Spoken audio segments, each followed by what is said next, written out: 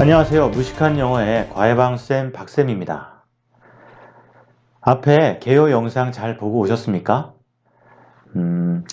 이번 시간은 박쌤 어순 전체를 처음부터 끝까지 간단히 소개해드리는 시간을 갖도록 하겠습니다.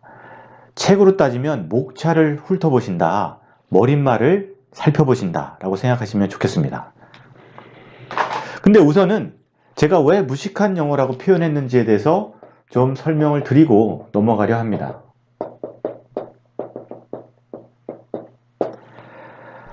개요 영상에서 말씀드렸듯이 첫 번째, 문법은 모른 채 영어 하자는 거죠. 문법은 모른 채 영어 하자. 두 번째는요, 우리말도 좀 모른 채 영어 하자는 겁니다. 무슨 말씀이냐면 너무나 우리말로 바꿔서 영어를 이해하려고 하고 표현할 때도 우리말로 정리한 후에 표현하려는 경향이 있습니다. 문법의 영향을 좀 받은 그 이유도 있는 거겠죠. 단어를 외울 때도 단어 하나와 우리말을 1대1로 대응시켜서 암기하고 이런 방법이 좋지 않다는 겁니다. 영어를 영어 그대로 그 이미지와 제가 말씀드릴 어순 원리로 이해하고 표현할 때도 생각을 그대로 영어로 내뱉는, 글을 쓸 때도 마찬가지고요. 그런 과정이 필요하다. 지금 너무 좀 잘못되어 있다는 거죠. 우리말이 사실 영어 하는데, 영어를 습득하는데 방해를 주고 있다. 그런 차원에서 우리말도 모른 채 영어하자 라는 얘기를 드리고 싶은 거고요. 마지막으로 세 번째는요, 어떤 단계를 너무 밟고 있다. 우리가 영어 공부하는데 초등학교 영어, 중학교 영어, 고등학교 영어 문법도 더불어서 조금씩 어려워져 가고 구문도 좀 어려워져 가고, 사실은 어려운 문법이나 어려운 구문이 있는 건 아니거든요. 단지 글의 내용이 어려워지다 보니까 단어도 좀 어려워지고 하는 거죠. 영어권의 6세, 7세 아이들에게 어려운 문법과 어려운 구문으로 된 문장을 줘도, 말을 해도 다 알아들을 수 있습니다. 그 글의 내용이 어렵지만 않다면요. 어떤 단계를 요구하는 것이 아니다. 언어는 빠르게 그 원리를 이해한 다음에 많은 연습을 통해서 언어가 습득되어져 간다는 것이죠. 그래서 이 세 개를 좀 무시하면서 모른 채 영어하자. 그것이 영어 습득에 효율적이다 라는 말씀을 드리고자 무식한 영어라는 표현을 써본 겁니다.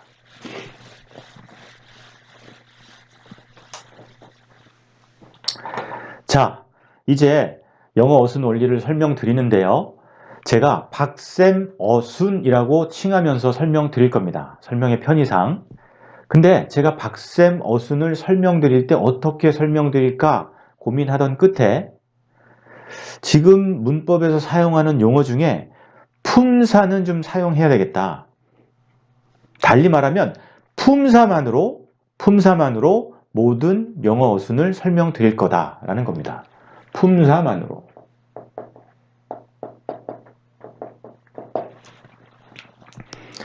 품사는요, 같은 쓰임의 말에 이름을 붙인 것 뿐이죠. 품사 자체가 문법이나 구문 같은 건 아니라는 거죠. 영어가 어떤 말들이 어떻게 나열돼서 의사가 전달되는지, 그 어떤 말이 오는지를 설명하려면 제가 이런 말들이 옵니다, 이런 순서로 옵니다 라고 할 때 기존에 사용하던 품사, 이 용어를 갖다 쓰면 된다는 거죠. 우리가 문장 성분이라고 하는 거 있잖아요. 주어, 목적어, 보어, 수식어 이런 표현을 쓰지 않는다. 문장의 오형식도 개요 영상에서 말씀드렸듯이 유익한 정보가 못 되거든요. 예, 그거는 뺀다. 그 이유에 대한 좀 더 구체적인 설명은 다른 강의에서 또 말씀드리도록 할게요. 자, 여러분, 품사만으로 설명드린다 해도 품사도 뭔가 좀 숫자가 많고 복잡하게 느껴지죠. 그래서 일단 품사를 제가 쫙 정리해 보겠습니다. 정리하는데 약간 구분 지어서 쓰면서 정리할 거거든요.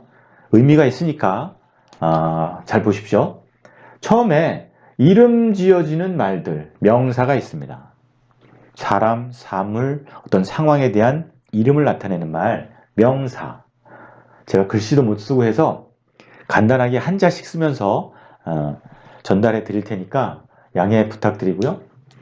명사를 대신하는 말이 여러분 대명사라는 게 있죠. 대명사. 그 다음에 명사의 성질이나 상태를 나타내는 형용사가 있습니다. 형용사. 명사의 움직임이나 작용을 나타내는 동사라는 품사도 있죠. 여러분 동사는 일반 동사, 조동사, 비동사가 있습니다.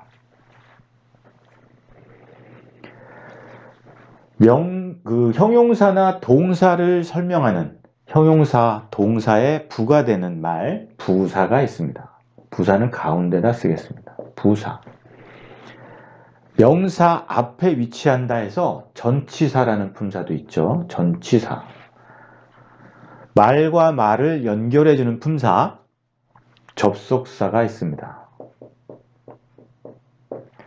중요하진 않지만 감탄할 때 쓰는 말, 감탄사가 있죠. 여기까지를 보통 팔품사라고 얘기하죠. 근데 여러분 팔품사 외에도 뭔가 사자로 끝나는 말을 훑어보면 관사라는 게 있습니다. 관사. 관사가 한정사의 일종인데 한정사도 사자로 끝나는 품사니까 일단 언급을 해드리고 어려운 말이라 좀 일단은 빼겠습니다. 관사. 그 다음에 의문사라는 표현도 많이 쓰죠. 의문사. 그 다음에 관계사라는 말이 있습니다. 관계사.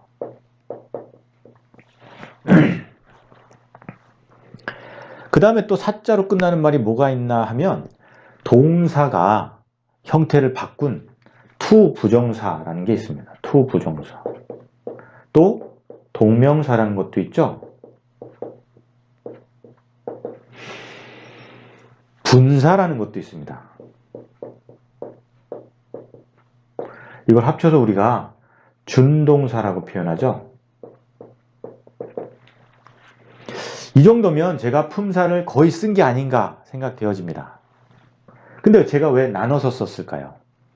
여러분, 명사, 형용사, 동사의 특징이 있습니다. 어떤 특징이 있느냐? 일단 단어 수가 매우 많습니다. 매우 많습니다. 그리고 한 단어로 구체적인 의미를 드러낼 수 있습니다. 이해하시겠습니까? 이쪽에 있는 대명사, 전치사, 접속사, 감탄사, 관사, 의문사, 관계사는요, 단어 수가 그렇게 많지 않습니다. 한 30개 내외? 정확히 제가 세보지는 못했지만, 그 다음에 한 단어로 구체적인 의미를 드러내지 못합니다. 다른 어떤 말과 어울려 써야 돼요. 명사, 형용사, 동사만이 한 단어로 구체적인 의미를 드러내죠. 여러분 부사는요 왜 가운데 썼냐면 한 단어로 구체적인 의미를 드러내지는 못합니다. Very, often, suddenly, 갑자기. 그렇죠? 한 단어로 구체적인 의미를 드러내진 못합니다. 하지만 단어 수는 좀 많겠죠. 이쪽에 있는 단어보다. 그래서 좀 구분해서 쓴 겁니다. 자, 요런 단어들을 가지고 이제 설명을 드릴 건데 조금 더 부연 설명을 좀 드려야 될 것 같은데요. 뭐냐? 이쪽에 있는 단어들은요, 여러분. 이쪽에 있는 단어들은 단어 수는 적지만 영어 문장에서 차지하는 비중이 영어로 쓰여진 글, 말에서 그 차지하는 비중이요. 단어 수로 절반에 가깝게 된답니다. 절반 가까이 된대요. 굉장히 많이 쓰이는 거죠. 그러니까 영어의 어떤 뼈대를 이룬다. 그리고 어떤 의미는 여기서 전달이 되고 이쪽 말들은요. 뭔가 말과 말을 연결해주는 어떤 기능을 담당한다. 기능을 담당하는 쪽이 이쪽 품사. 의미는 이쪽 품사라고 생각하면 좋겠네요. 뼈대를 이루고 살을 이룬다. 이렇게 생각하시면 좋겠습니다. 품사를 이해하시는데 도움이 되실 거예요. 영어를 조금 접하시다 보면 이쪽에 있는 품사들은요. 보면 압니다. 왜? 단어 수가 많지 않기 때문에. 그러니까 어떤 기능을 하느냐를 익히면 굉장히 편안하게 영어를 접하실 수 있을 거예요. 그러니까 중요한 단어는요, 사실은 명사, 형용사, 동사뿐입니다. 한 단어로 따지면 부사도요, 그렇게 중요한 의미라고 할 수 없어요. 물론 부정을 나타내거나 몇몇 부사들은 문장에서 큰 역할을 차지하기도 하지만 구체적인 의미를 드러내지는 못한다는 말씀을 드리는 거예요. 여러 단어가 모여서 부사로 쓰일 땐 다른 얘기죠. 여러 단어가 모일 때 명사, 형용사, 동사가 함께 모여서 부사로 쓰일 때 그때는 명사, 형용사, 동사가 어떤 의미를 가지니까 그때는 중요한 의미를 갖겠지만요.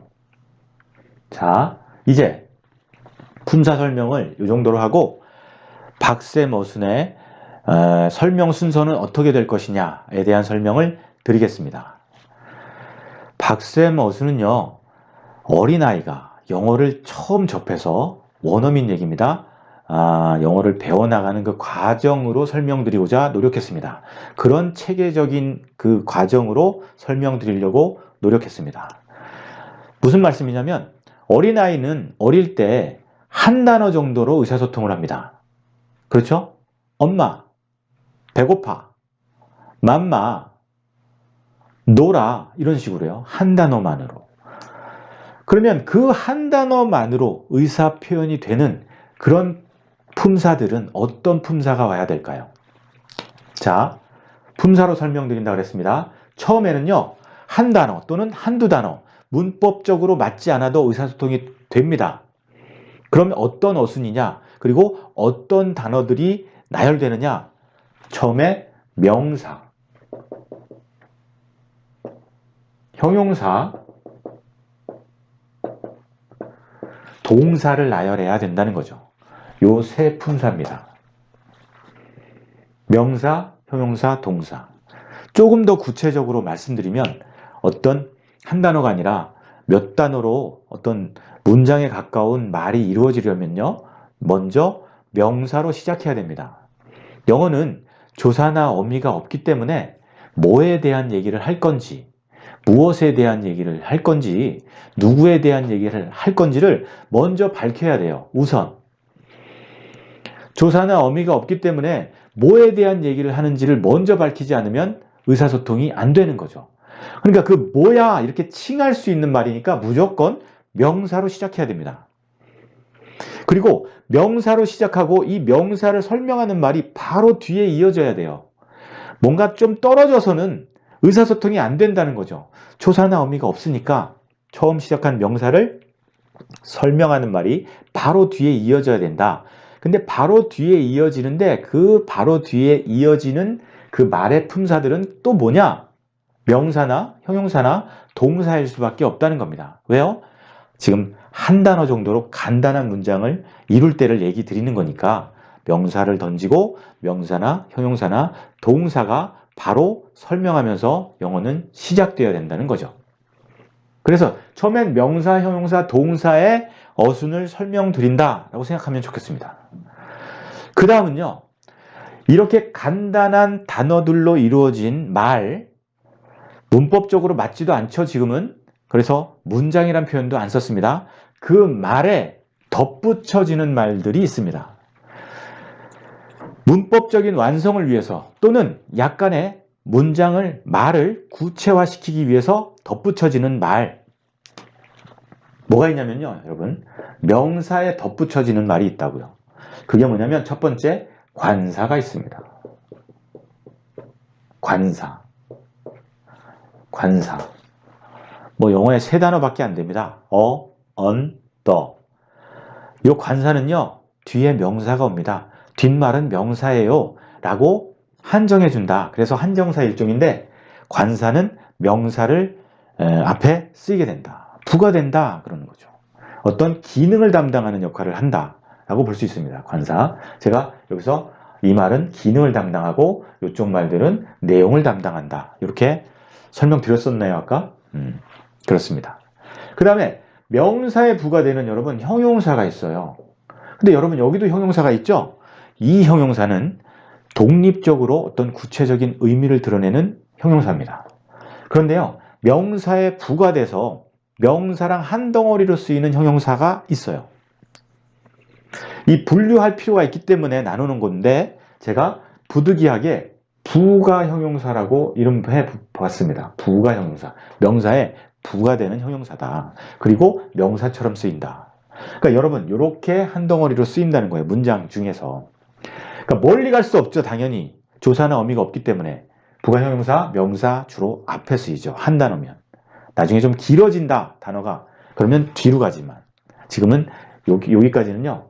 한 단어가 하나의 품사, 하나의 역할만을 하는 아주 간단한 문장의 어순을 설명드리는 거니까.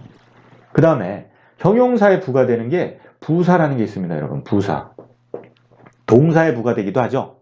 형용사 주로 앞에, 동사의 뒤에, 앞에도 올 수 있죠. 하지만 어쨌든 근처에 있어야 된다. 조사나 어미가 없기 때문에. 그런데 부사는요, 문장 전체에 부과될 수도 있습니다. 그래서 부사는 제일 앞에 오고, 문장 제일 앞에 올 수도 있고, 제일 뒤로 갈 수도 있고, 그렇죠.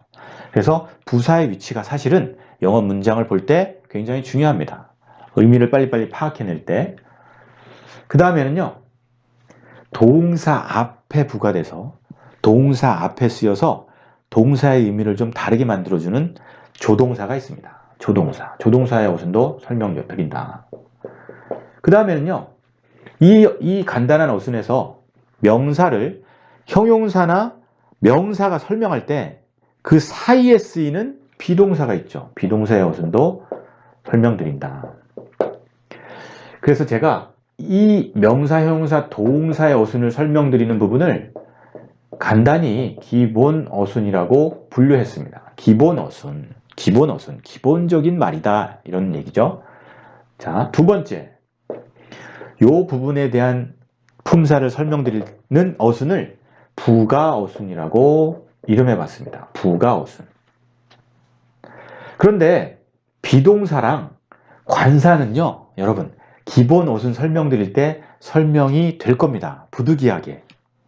그게 더 편리하니까. 하지만 이해하실 때는 부가 되는 말이다 라고 이해하셨으면 좋겠습니다. 부가 되는 말이다. 기본 어순과 여러분, 부가 어순만 익혀도 영어 어순의 어떤 기본 패턴은요, 다 익힌 셈이 됩니다. 다 익힌 셈이 됩니다. 명사, 형용사, 동사 사이에 관사, 부가형용사, 부사, 조동사, 비동사가 부가되어진다. 그런데 명사, 형용사, 동사가 어순을 이룰 때는 영어에 조사나 어미가 없기 때문에 뭔가 뒤엔말이 앞엔말을 설명하면서 바로바로 연결되어져야 된다. 뒤엔말은 앞엔말을 바로바로 설명하면서 나열해 나가는 거죠. 영어 어순은 그럴 수밖에 없다. 그런데 영어 어순을 설명할 때 또 다른 측면에서 설명되어져야 되는 것이 있습니다. 무슨 얘기냐면 영어에는 조사나 어미가 없지만 조사나 어미 같은 역할을 하는 어떤 기능을 담당하는 말들이 있다는 거죠. 조사나 어미는 없지만 그 말들이 부가 어순에서도 관사, 조동사, 비동사는요, 우리말에 조사나 어미 같은 역할을 합니다. 예를 들어 can, 할 수 있다. 뭐뭐 할 수 있다. 비동사, 우리말로 이다나 있다의 뜻이 있다라고 설명되어지죠. 이다, 있다. 관사는요, 어떤 의미라기보다는 기능적으로 뒤에 명사가 온다라는 신호를 주는 거죠. 신호를 주는 겁니다. 여러분, 영어는 단어를 툭툭툭 나열하는 거예요. 그리고 어떤 신호를 주고 있습니다. 관사는요, 뒤에 명사가 온다는 신호, 조동사는요, 뒤에 동사가 온다는 신호, 비동사는요, 뒤에 형용사나 명사가 앞에 명사를 설명한다는 신호라는 거죠. 그래서 영어는 쉬운 겁니다. 우리말은 끝까지 들어봐야 되고 뒤까지 들어봐야 어떤 판단이 되는데 영어는 어떤 신호로부터 던지고 시작한다는 거죠. 자, 여기까지는요, 여러분 말씀드렸지만 한 단어가 하나의 품사, 하나의 역할만 하는 간단한 어순에 대한 설명입니다. 자, 세 번째는요. 확장 어순이라고 제가 설명드릴 텐데, 확장 어순. 확장 어순은 여러 단어가 모여서 하나의 품사로 쓰이는 경우를 설명드리는 겁니다. 뭔가 복잡한 부분은 여기서 설명드리는 거죠. 그러면 여러 단어가 모여서 어떤 역할을 하느냐? 중요한 얘기입니다, 여러분. 어떤 역할을 하느냐? 명사, 형용사, 부사의 역할을 합니다. 우리가 기존 문법에서 구나 절이라고 표현되는 말을 여기서 배우는 거죠. 확장 어순에서 명사나 형용사나 부사 역할을 합니다. 그런데 우리가 명사나 형용사나 부사는요, 그 어순, 그 위치는 이미 기본 어순과 부가 어순에서 설명이 이루어졌다는 거죠. 명사, 형용사, 이것도 형용사죠. 부사. 그러니까 여러 단어가 모여서 그 자리에 찾아 들어가면 된다는 겁니다. 그런 의미에서 기본 어순과 부가 어순이 중요한 거죠. 내용은 좀 짧지만. 이해하시겠습니까? 그 다음에 영어 어순이 왜 쉬운지 지금 말씀드리고 있는 겁니다. 확장 어순은 여러분 여러 단어가 모여서 하나의 역할을 한다고 말씀드렸어요. 그러면 조사나 어미가 없는 영어에서 여러 단어가 모였다는 신호가 와야 됩니다. 그런 기능을 담당하는 말이 앞에 와야 돼요. 앞에. 중간에 오면 안 됩니다. 알 수가 없어요. 의사소통이 안 됩니다. 그래서 제일 앞에서 신호를 줍니다, 여러분. 신호. 그 신호를 주는 설명 방법을, 설명 순서를 세 가지가 있는데요. 제가 우선 준동사부터 설명드리려고 합니다. 그러니까 동사가 형태를 바꿔서 앞에 to가 붙었어요. 그러면 신호를 주는 거죠. 저는 동사가 아니라 이제 명사, 형용사, 부사가 될 겁니다. 또 동사 뒤에 ing가 오는 경우도 마찬가지죠. 그 다음에 동사 뒤에 규칙 동사인 경우에는 ed가 옵니다. 불규칙 동사인 경우에는 개별적으로 다 익히셔야 되지만 아무튼 이런 모양을 보시는 순간 여기 있죠? 준동사. 이 모양을 보시는 순간 원래 동사였잖아요. 이 동사에 딸려있는 식구들과 함께 동사 혼자 할 수도 있지만 이제 동사 아니고 명사, 형용사, 부사로 쓰일게요. 라는 얘기죠. 그렇게 판단하시면 됩니다. 자, 두 번째 신호는요. 여러분 접속사입니다. 접속사.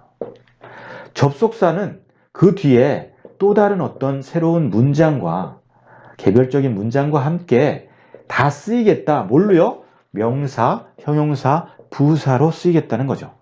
그 신호를 접속사가 주고 있다. 세 번째는요. 전치사죠. 전치사 더하기 뒤에는 명사가 와서 이 전체가 어떤 역할을 하겠다고요? 명사나 형용사나 부사 역할을 하겠다는 신호를 전치사가 준다는 겁니다. 자, 이해하시겠습니까? 품사를 다시 좀 살펴보겠습니다, 여러분. 품사를.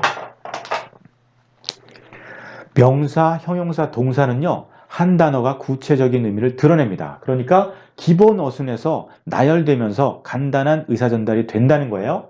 명사, 형용사, 동사. 그 다음에 부가 어순에서 관사 나왔습니다. 관사. 부가 되는 말들. 관사. 하나씩 지워볼까요? 관사. 자, 명사, 형용사, 동사의 어순이 설명됐고요. 이 동사는 일반 동사겠죠. 그 다음에 부가 어순에서 관사 설명되어지고 부가 형용사는 형용사에서 설명되어진다. 부사는요. 부가 어순에서 그 위치가 설명되어진다. 조동사는요. 동사 앞에 놓이겠죠. 부가 되는 말이니까. 비동사는요. 명사를 설명할 때 명사나 형용사가 그 사이에 놓여진다. 자, 비동사 지울게요. 여러분, 대명사는 명사와 그 쓰임이 같아서 앞으로 그냥 명사를 제가 대명사는 명사라고 칭하면서 설명드릴 겁니다. 대명사 지웁니다. 전치사 접속사는요. 전치사 접속사는 여기 있죠. 전치사 접속사. 혼자 어떤 의미를 드러내지 못하고 함께 구체적인 의미를 드러내지 못한다는 말씀입니다. 함께 여러 단어가 모여서 쓰인다 라는 신호를 주는 말이다라고 설명드렸었죠. 감탄사는 보면 알죠. 의미적으로도 큰 중요한 게 아니고, 그 다음에 여러분 의문사와 관계사는요, 제가 접속사와 함께 아주 쉽게 설명드릴 겁니다. 지금 문법은 굉장히 복잡하고 어렵게 설명되고 있지만요. 그 다음에 다 지웠나요? 의문사, 관계사. 그 다음에 제가 준동사 여기서 설명했잖아요. 그러니까 기능을 담당하는 쪽이 이쪽인데, 제가 전치사, 접속사, 준동사를요 여기서 세 군데서 설명을 했고, 감탄사 안 중요하죠. 대명사는 명사와 같은 거죠. 의문사, 관계사는 접속사에서 설명드린다고 말씀드렸습니다. 모든 품사의 어순을 다 설명드렸다는 겁니다. 다 설명되어졌다. 제가 한 번에 다 얘기를 드리려니까 조금 어렵고 벅차게 다가오실 수도 있습니다. 하지만 이게 전부 다라는 거죠. 놀라운 사실은 이게 전부 다라는 겁니다. 물론 개별적으로 이제 하나하나 풀어 설명드릴 거예요. 아주 쉬운 예문들을 들어가면서. 하지만 영어로 좀 고생을 해보신 분들, 영어를 이미 잘하고 있으신 분들도 이번 강의의 설명만 들으셔도 제가 어떤 설명을 하려고 하는지 이미 어느 정도 제 비법은 전달이 됐다라고 생각됩니다. 지금 문법에서는요, 예를 들어서 지금 문법에서는 to, ing, ed 의미에 따라 사용되어지는데, to가 명사로 쓰이느냐, 투부정사라고 표현하죠. 형용사로 쓰이느냐, 부사로 쓰이느냐 라는 설명은 됩니다. 명사적 용법, 형용사적 용법, 부사적 용법. 그런데 ing로 쓰일 때는요, 그러니까 동사 뒤에 ing가 붙을 때는 이 동사로 쓰일 때 ing가 명사, 형용사, 부사로 쓰인다 라고만 이해하면 되는데, 명사로 쓰이면 동명사라고 표현하죠. 형용사로 쓰면요 분사라고 표현되어집니다. 부사로 쓰일 때 분사 구문이라고 표현되어지죠. 굉장히 복잡하게 어렵게 우리를 하고 있다는 거예요. 접속사에 가면 더합니다. 관계사와 의문사가 여러분 같은 거예요. 같은 거예요. 제가 개별 강의에서 설명드리겠습니다. 그 다음에 전치사와 명사가 명사로 쓰일 때, 새로운 자연스러운 명사로 쓰일 때는요, 설명이 그렇게 되지 않고 수거처럼 외우도록 하고 있습니다. 수거처럼. 형용사로 쓰일 때도 일부 수거처럼 외우게 하고 있어요. 그러니까 너무 힘들게 하고 있다는 거죠. 요 내용만 알면 되는데. 자, 여러분, 영어는요 운동에 비유하자면 골프 같은 거라고 생각합니다. 골프. 어린아이가 배우는 골프의 스윙과 고등학생이 배우는 골프 스윙, 또는 성인들이 배우는 골프의 스윙, 그 원리가 다를까요? 어린아이는 골프 스윙의 일부만 배웁니까? 일부만? 그런 게 아니죠. 빠르게 올바른 스윙을 배워서 경험을 쌓아 나가는 거죠. 얼만큼 많이 경험을 쌓았느냐가 골프 실력을 좌우한다라고 해도 과언이 아닌 거죠. 골프 스윙을 나눠서 조금씩 배우는 건 의미가 없는 거죠. 그래서 문법, 저는 박쌤 어순이라고 표현하는데, 이 박쌤 어순을 빠르게 익히셔서 개별적으로 계속 연습을 많이 하시면서 어떤 박쌤 어순의 도움을 받아보시기 바랍니다. 영어는 그 어순이 굉장히 쉬운 언어입니다. 앞에서 전치사, 접속사 다 앞에서 어떤 모여있는 단어들 앞에서 신호를 주잖아요. 신호.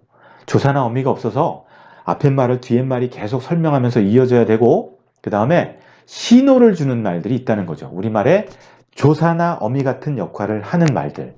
그런데 우리말의 조사나 어미는요 뒤에 가서 붙어요. 근데 영어는 앞에서 신호를 준다는 겁니다.